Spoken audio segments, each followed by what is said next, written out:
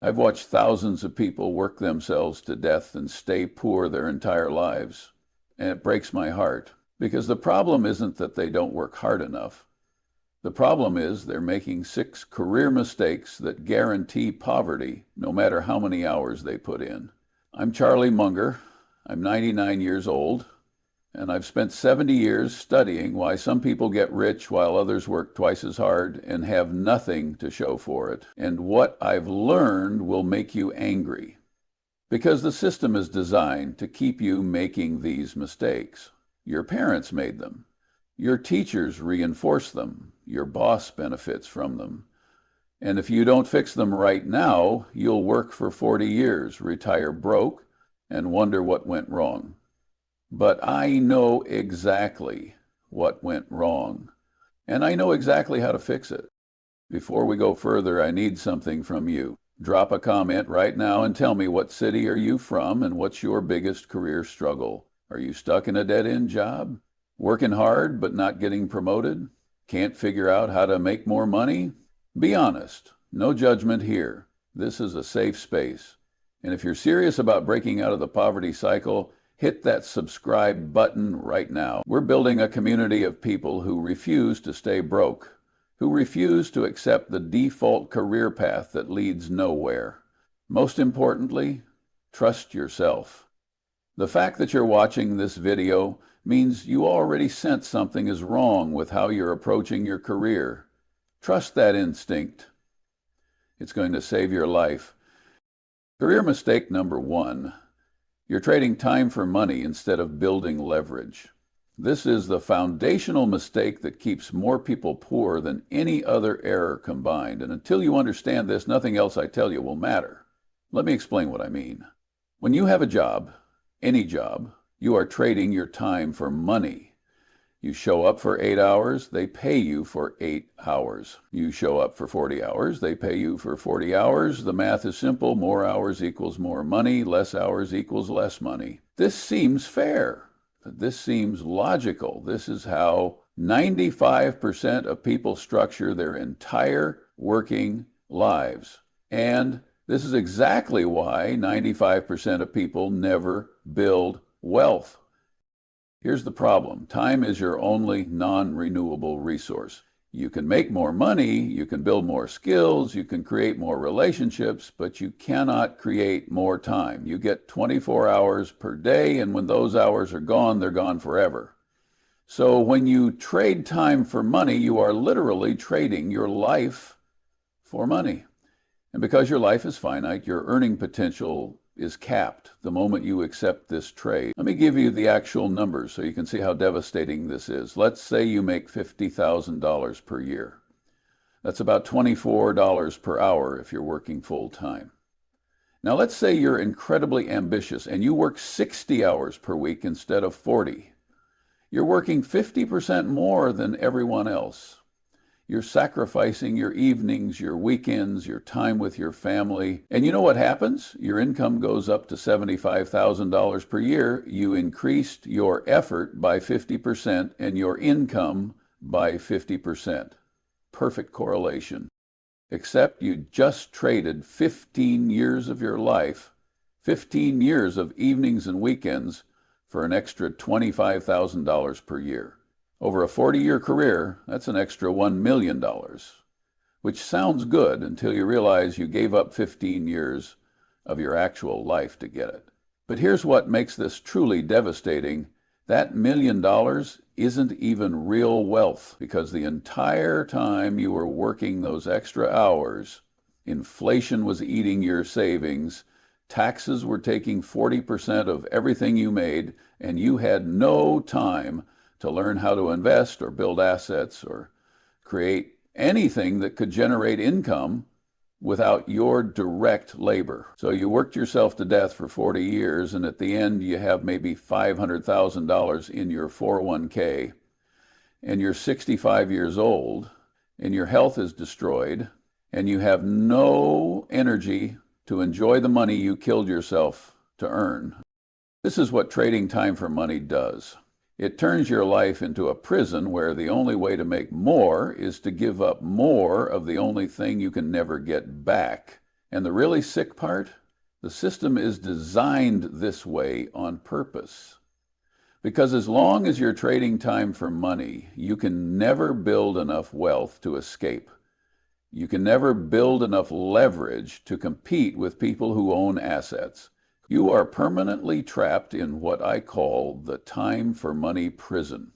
Now, let me tell you what leverage is and why it's the only thing that actually matters. Leverage means you create something once and it generates value many times. You build a system once and it produces income over and over. You make an investment once and it compounds forever.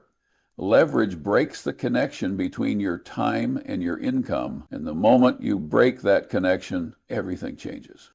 Here's a simple example. Let's say you're a graphic designer. If you trade time for money, you charge $50 per hour, and you can work maybe 40 billable hours per week if you're lucky. That caps your income at about $100,000 per year, and you have to work every single one of those hours to make it.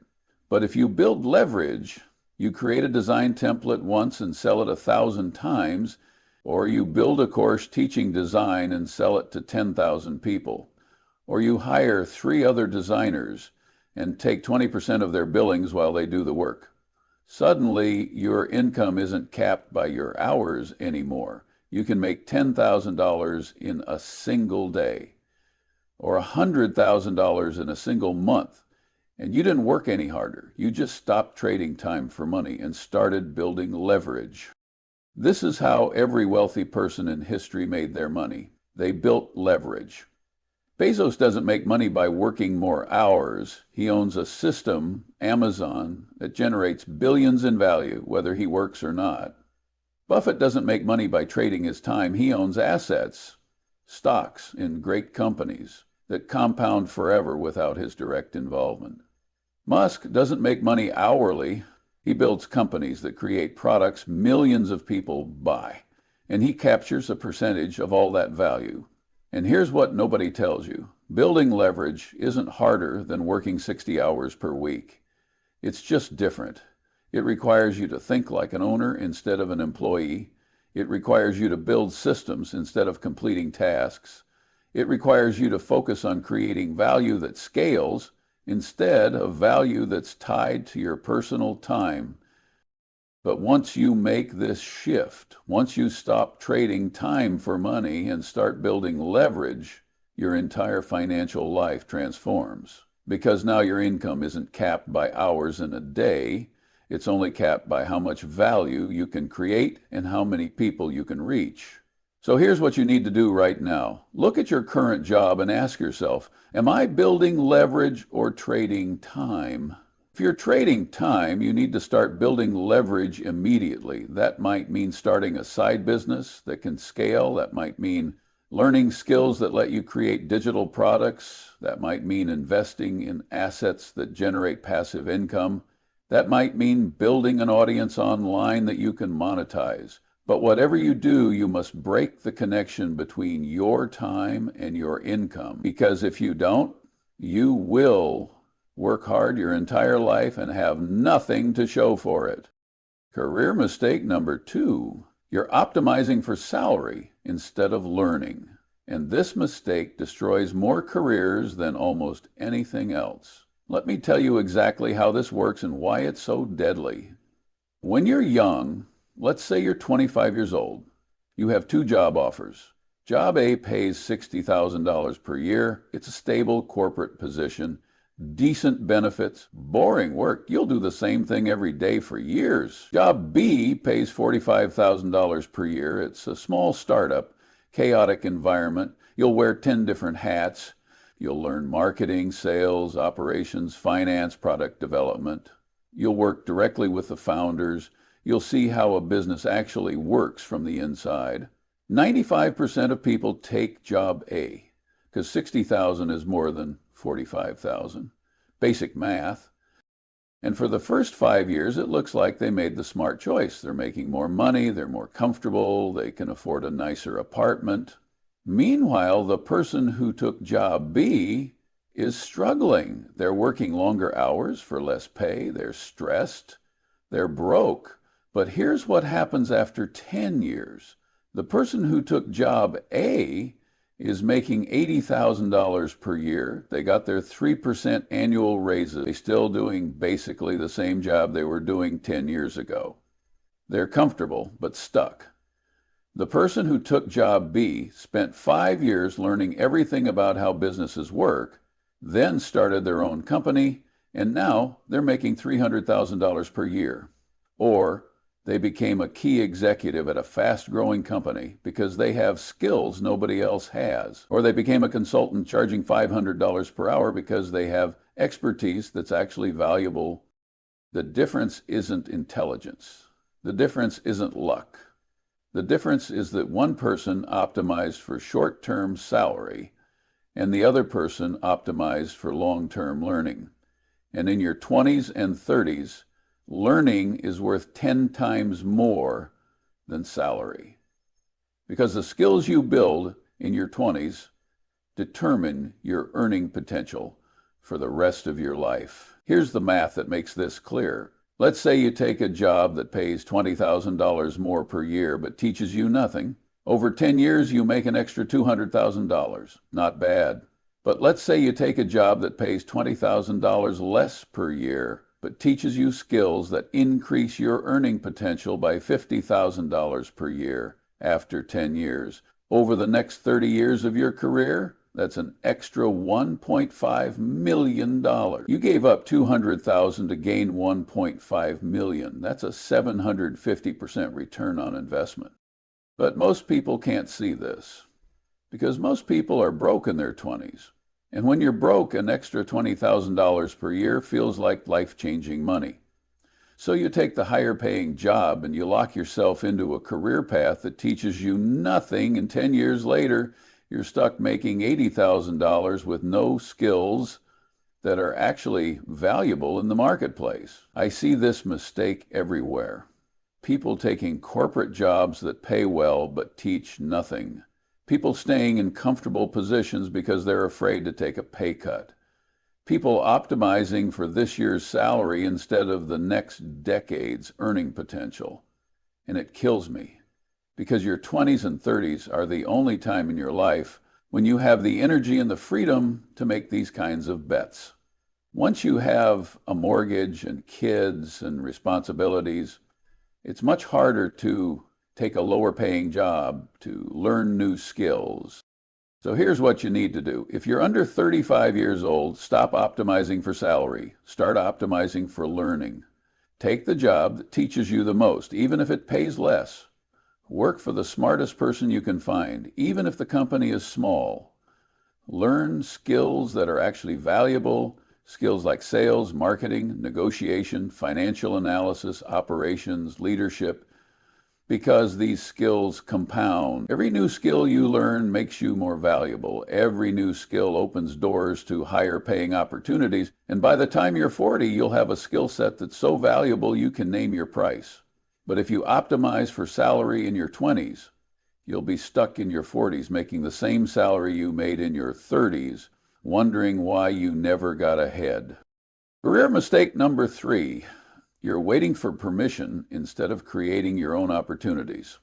This one drives me insane because I watch talented people sit around for years waiting for someone to promote them, waiting for someone to give them a raise, waiting for someone to recognize their value. And they wait, and they wait, and they wait, and nothing happens because nobody is coming to save you. Let me tell you how the world actually works. Your boss isn't sitting around thinking about how to make you rich. Your company isn't strategizing about your career development. They're trying to extract as much value from you as possible while paying you as little as they can get away with. This isn't evil. This is just economics. The company's job is to maximize shareholder value, not to maximize your income. So if you're waiting for your boss to give you a raise, you're waiting for someone to voluntarily reduce company profits to increase your income, which occasionally happens, but not often enough to build a career around. Here's what actually works. You create your own opportunities. You don't wait for a promotion. You build skills that make you promotable. Then you go get a better offer from another company and use it as leverage. You don't wait for a raise. You document your value, show how you've generated revenue or saved costs, and you negotiate. You don't wait for someone to recognize your talent. You build a portfolio of work that's so impressive people can't ignore you. Let me give you a specific example from my own life. When I was a young lawyer, I could have waited for the senior partners to promote me. I could have put in my hours, done good work, and hoped someone noticed. But I didn't do that. I started building relationships with clients directly. I started bringing in new business. I started making myself invaluable. And within a few years, I didn't need the firm anymore. I had enough clients and enough skills to start my own practice. I created my own opportunity instead of waiting for permission. This is what every successful person I know has done. They didn't wait for someone to hand them success. They created it themselves. Bezos didn't wait for a promotion at his hedge fund job. He quit and started Amazon. Musk didn't wait for the aerospace industry to hire him. He started SpaceX. Buffett didn't wait for someone to make him a portfolio manager. He started his own investment partnership. These people created their own opportunities because they understood that waiting for permission is a guaranteed path to mediocrity. And here's the beautiful thing. Creating your own opportunities isn't as hard as it sounds. You don't need to start Amazon or SpaceX. You just need to stop waiting and start acting. That might mean starting a side business. That might mean building an audience online. That might mean learning a high-value skill and offering it as a freelancer. That might mean networking aggressively until you find better opportunities.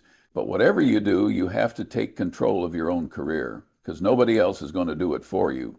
So here's your action step. Identify the next level in your career, whether that's a promotion, a raise, a new job, or starting your own business, and stop waiting for someone to give it to you.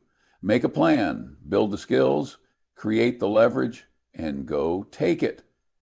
I know what I just told you is hard to hear, because if you've been making these mistakes your whole career, you're realizing right now that you've been on the wrong path. But don't panic. We're fixing this. And the next 3 mistakes I'm about to show you, when you fix them, they're going to accelerate your wealth faster than you can imagine. But you have to pay attention, because mistake number 4 is about risk.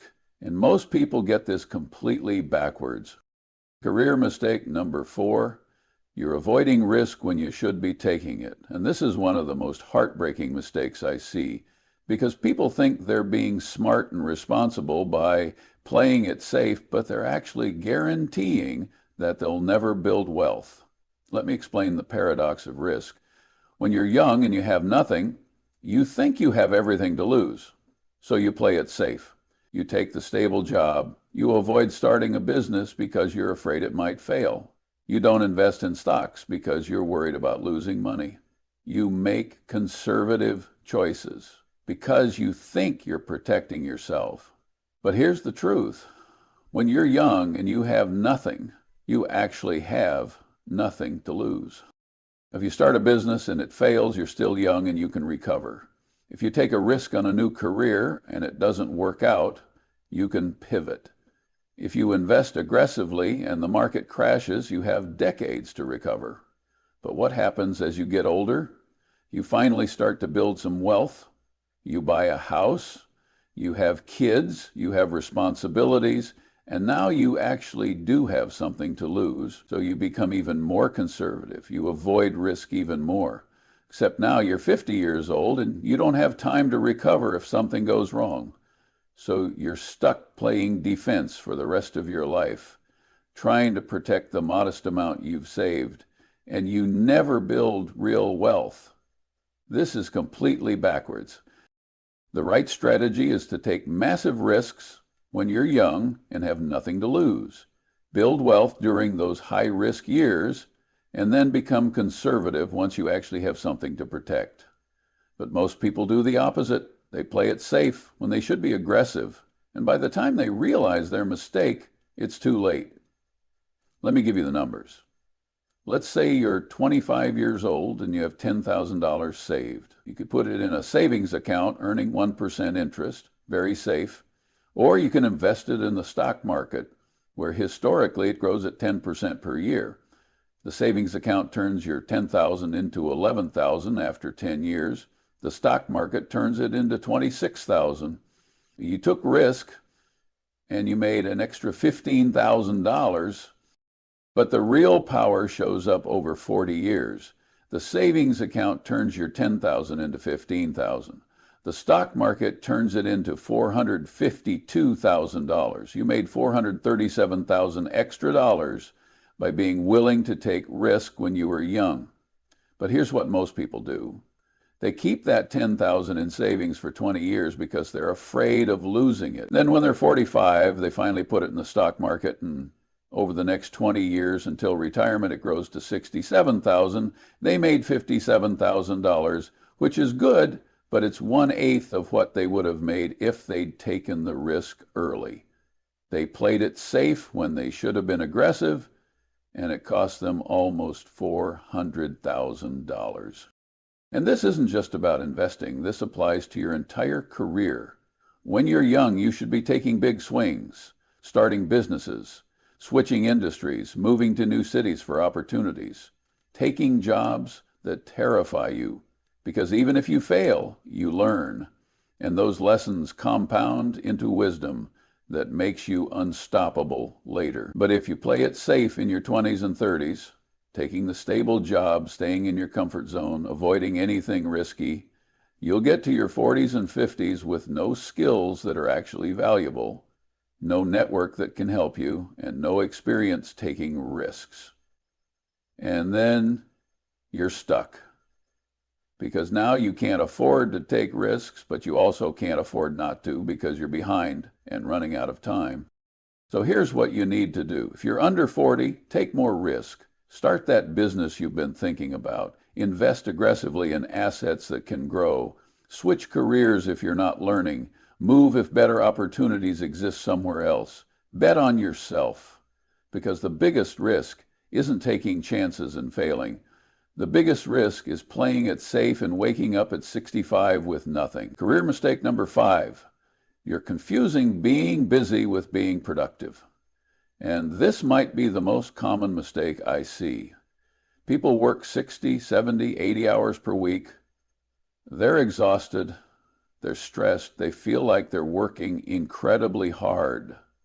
And they are, but they're not making any money, because they're confusing activity with accomplishment. Well, let me tell you the difference. Being busy means you're doing a lot of things. Answering emails, attending meetings, completing tasks, checking boxes. You feel productive because you're constantly moving. But at the end of the week, nothing has actually changed. You didn't generate more revenue. You didn't build anything valuable. You didn't move closer to your goals. You were just busy. Being productive means you're doing things that actually matter, things that generate income, things that build assets, things that move you toward your objectives. You might only work 20 hours per week, but those 20 hours create real value. And that's the difference between working hard and getting rich versus working hard and staying poor. Here's a simple test. Look at everything you did last week and ask yourself, if I stopped doing this, would my income go down? If the answer is no, you're being busy but not productive. You're filling your time with activity that doesn't actually matter. And this is incredibly dangerous because it creates the illusion of progress. You feel like you're working hard. You tell yourself you're doing everything you can, but you're not moving forward. Let me give you some examples of being busy versus being productive. Being busy is answering every email within 5 minutes. Being productive is ignoring most emails and only responding to the ones that could generate income or build relationships that matter. Being busy is attending every meeting you're invited to. Being productive is declining most meetings and only attending the ones where decisions get made. Being busy is working on whatever task is in front of you. Being productive is identifying the 3 things that would have the biggest impact on your income and doing only those things. Being busy is checking social media 50 times a day. Being productive is using social media strategically to build an audience or network with valuable people. Being busy is trying to do everything yourself. Being productive is delegating anything that doesn't directly generate income so you can focus on high-value activities. Do you see the pattern?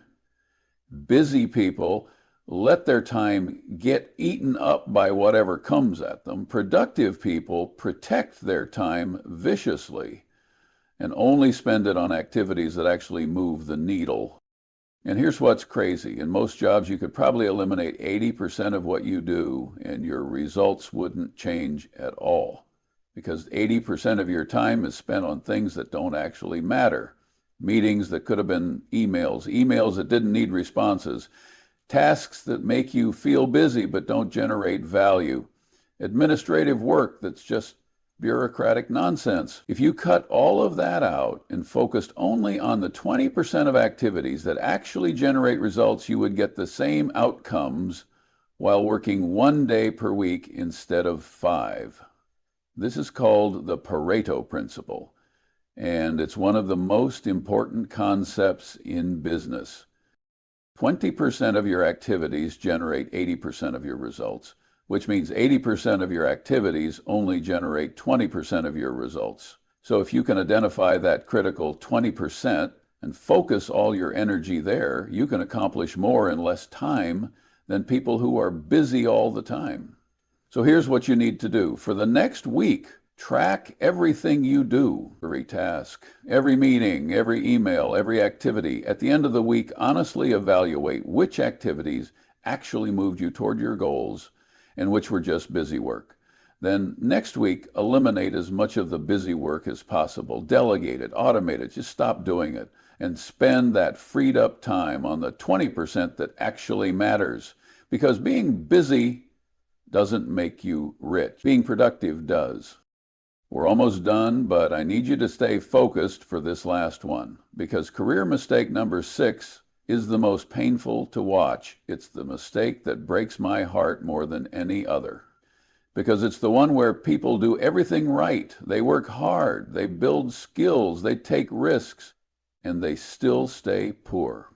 Not because they failed, but because they never understood how to capture value. Career mistake number 6. You're creating value for other people instead of capturing it for yourself. And this is the final trap that keeps hardworking people poor forever. Let me explain what I mean. Value creation is when you do something that generates money or solves a problem. Value capture is when you keep a portion of that value for yourself. And here's the brutal truth. The world is full of people who create enormous value but capture almost none of it. They work incredibly hard. They generate millions of dollars for their employers. They make other people rich, but they stay broke because they're employees. And employees create value but don't capture it. Let me give you a specific example. Let's say you're a salesperson and you generate $1 million in revenue for your company. You created $1 million in value, but you don't capture $1 million. You get paid maybe $50,000 in salary plus a 5% commission. So you get paid $100,000 total. You created $1 million in value and captured $100,000. That's a 10% capture rate. Now let's say you're the business owner. That same $1 million in revenue generates maybe $200,000 in profit after all expenses. You created $1 million in value and captured $200,000. That's a 20% capture rate, double what the employee got. But here's where it gets really interesting. Let's say you own the business and then you sell it. A business generating $200,000 in profit per year might sell for $1 million. So over 5 years, you captured $1 million in profit plus $1 million in sale proceeds. That's $2 million total. You created $5 million in value over 5 years and captured $2 million. That's a 40% capture rate. 4 times what the employee got, same amount of value created. Completely different outcomes, all because of value capture. This is why ownership matters. This is why equity matters. This is why being an employee, no matter how well paid, is a trap. because employees create value but don't capture it. Owners capture value. And if you spend your entire career creating value for other people without capturing any for yourself, you will work hard forever and have nothing to show for it. So here's what you need to understand. Every decision you make in your career should be evaluated through the lens of value capture. Am I capturing the value I'm creating, or am I giving it away? When you take a job, are you getting equity or just salary? When you build skills, are you building skills that let you capture value, or skills that make you more valuable to an employer? When you start a business, are you setting it up to be something you can sell later, or just something that pays you while you're working? When you invest your time, are you investing it in assets you'll own, or in making someone else's assets more valuable? These questions matter more than almost anything else, because you can work hard your entire life, create millions of dollars in value, and still retire broke if you never learn to capture that value. And conversely, you can work modestly hard, create moderate value, and retire wealthy if you capture a high percentage of what you create. This is why real estate investors get rich. They create value by improving properties, and they capture that value through appreciation and rent. This is why business owners get rich. They create value by building systems, and they capture that value through profits and eventually selling the business. This is why investors get rich. They create value by allocating capital efficiently, and they capture that value through returns.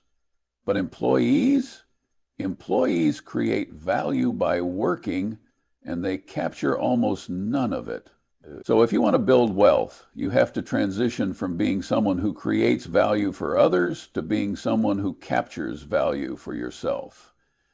That might mean starting a business. That might mean negotiating for equity instead of just salary. That might mean building assets that appreciate. That might mean creating intellectual property you own. But whatever you do, you have to start thinking about value capture. Because if you don't, you'll be the hardworking person who makes everyone else rich while staying poor yourself. Let me bring this all together.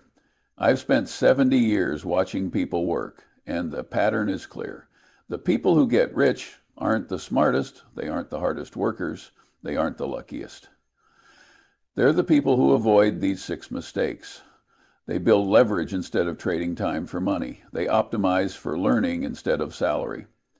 They create opportunities instead of waiting for permission. They take risks when they're young instead of playing it safe. They focus on being productive instead of being busy. And they capture value instead of creating it for others. If you can fix these 6 mistakes, everything changes. Your income increases, your wealth compounds, your stress decreases, your options expand. But if you keep making these mistakes, nothing will change. You'll work for 40 years and retire broke, wondering what went wrong, and I'll tell you what went wrong. You worked hard, but you worked on the wrong things. You were busy, but you weren't productive. You created value, but you didn't capture it. And that's the difference between working hard and getting rich versus working hard and staying poor. So here's what I want you to do right now. Take out a piece of paper and write down which of these 6 mistakes you're currently making. Be honest. Then next to each mistake, write down one specific action you can take this week to start fixing it. Not someday, this week. Because knowledge without action is useless, and you don't have time to waste. Every day you keep making these mistakes is a day you stay poor. Every day you fix them is a day you move closer to wealth. The choice is yours. But I've given you the map. Now you have to walk the path.